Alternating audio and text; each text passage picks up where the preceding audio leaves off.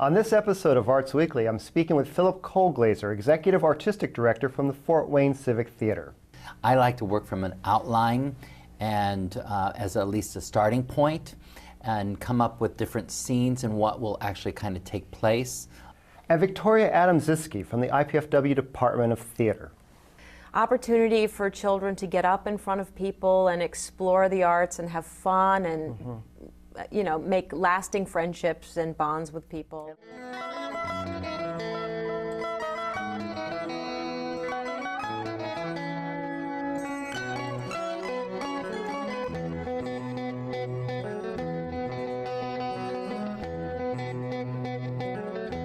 This is Arts Weekly. Arts Weekly is a production of the College of Visual and Performing Arts at IPFW, offering degrees in fine arts, music, theater, and visual communication and design. IPFW, the energy of arts. Hello, I'm Chuck O'Connor, and this is Arts Weekly. Joining me is Phillip Colglazier, Executive Artistic Director from the Fort Wayne Civic Theatre. Phil, good to have you back on the show. Thank you. So tell us what exciting things are coming up at the Civic Theatre this month. Well, on February 4th, we're going to be opening a play, a dramatic piece called Before I Wake. And it's a play that I wrote, and it will run through February 20th at the Allen County Public Library as part of our Civic Off Main series. So is this the first play you've written, or this is something new for the Civic Theatre? Yes, it is. Actually, this is the third play that I wrote, the first to be produced. And it's very exciting in process. It really is, to actually see your work come to life and hear those words and to see the lives of those individuals really form and take place right in front of you. So what is the process of writing a play? Does one just write a play and then rehearse it and see it for the first time when it's in front of an audience, or what do you do to get ready to write a play? Oh, gosh, there's many things. And each person's process may be different. I like to work from an outline and as at least a starting point and come up with different scenes and what will actually kind of take place. Also, background information on the characters, kind of like how I want them to be, and kind of a list of tweaks and personality characteristics, and to see how it goes from there, and just start writing, see what comes out, and just let the story flow, and to not let that interrupt.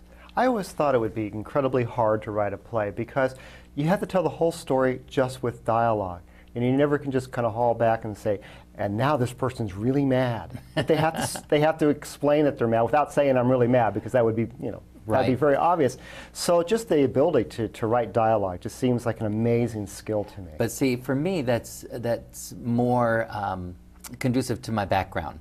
Actually, I started off writing one of my plays as a book, and it was painful. Oh, really? So to me, playwriting comes more naturally, and the dialogue tends to flow. But the play is a dramatic telling of a relationship, a young couple, Marty and Joe Narwhal, that a tragic accident happens with their child, and so it's about the grief and loss process, and through kind of semi-based on a true story, but also it's called Before I Wake. Correct, so, which ties into the bedtime prayer that everyone knows. Now I lay me down to sleep, if I should die before I wake. But it also focuses on having read Elizabeth Kubler-Ross's book on death and dying. And so there's a lot of information and healing that goes on through the process of the play. But yet also humor. That at some point the humor is in there as well, to where it ends up coming about to being laughter through tears. That's good. And so there is growth, there's healing, there's a good message and of life lessons. How did you come up with the idea for this play? And if I may ask, is there a personal story involved with this? Well, it was based on an individual that I knew indirectly, and it's the kind of situation where people avoid talking about death and grieving.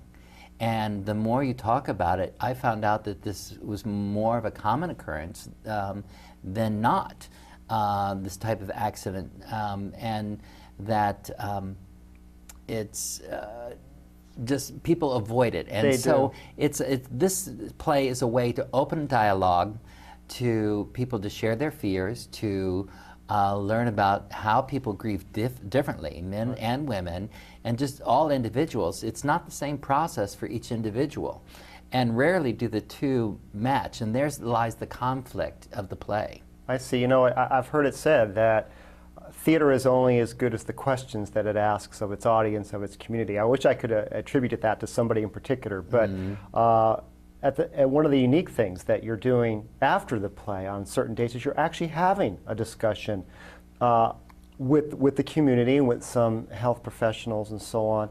Tell us a little bit about the panel discussions that you'll be holding after the play. Yes, well, we are very fortunate to have sponsors from Lutheran Health Network, Parkview Hospital, and PHP all collaborating together to create this grief panel discussion where social service workers, nurses, and physicians can obtain continuing educational units, CEM, CEUs, and nursing hours, depending on your industry, to attend this panel discussion. Now, yes, it will cost only $15 to come to the show, but the panel discussion is free. Good. And so that will be taking place on 3 different dates during the run of the production. Right, and we did put those dates up there on the screen, and of course they could always call the Civic Theater or Parkview or Lutheran, I think, for more information. Correct, for more information. And it's an easy way, an entertaining way to help healthcare providers learn more about the grieving process and the resources that are here in the community. We'll also have other entities and organizations that provide, like Parkview Health and Hospice, visiting nurses and hospice, Aaron's House, and Compassionate Friends will have displays in the lobby throughout the run of the production. Oh, that's wonderful, and that is free to the public, and the play will be at the Allen County Public Library. The discussions will be held there as well? Correct. Okay. Throughout the run, on the 6th and the 19th, we'll do the show beforehand, and at matinee at 2, and then at 4 o'clock those panel discussions will take place.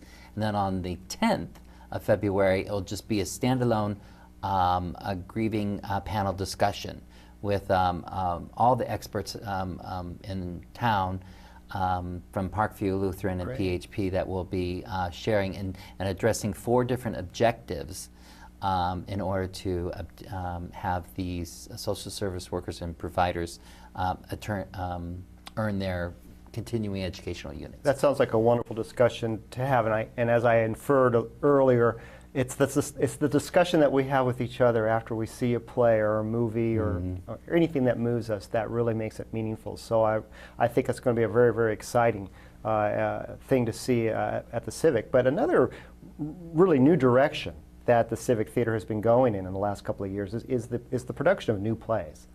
And last year you had the first Indiana Playwrights Festival, Northeast Indiana Playwrights Correct. Festival. You're doing it again this year. Yep. Tell us a little bit about why it's important to do new plays and a little bit about this festival. That's not coming up until June, but we can buy our tickets early. Well, it first kind of stemmed from my frustrations in trying to get my works produced as well, and the process of writing and wanting to learn more and how thirsty you become as an emerging playwright. So we'll be doing the 2nd annual Northeast Indiana Playwright Festival, June 3rd through the 5th at the Allen County Public Library, and our featured moderator and he'll conduct a workshop and panel discussion is Dan Clancy, right. an international playwright. Will be producing his play called The Timekeepers, which has traveled all over the world. Right. And so it'll be, the workshop will focus on learning the process that it went and how it changed from production to production and how it transformed and and became a marketing piece. They do. And who are some of the winners this The year? winner this year is, first place winner is Denise Burr, who wrote Discombobulated, and she's the librarian here at IPFW's Helmke Library, so we're excited to showcase her work, full-scale production. And then second place is Knitter's Row by Ruth Tyndall Baker. Third place, she'll get a reading of her script.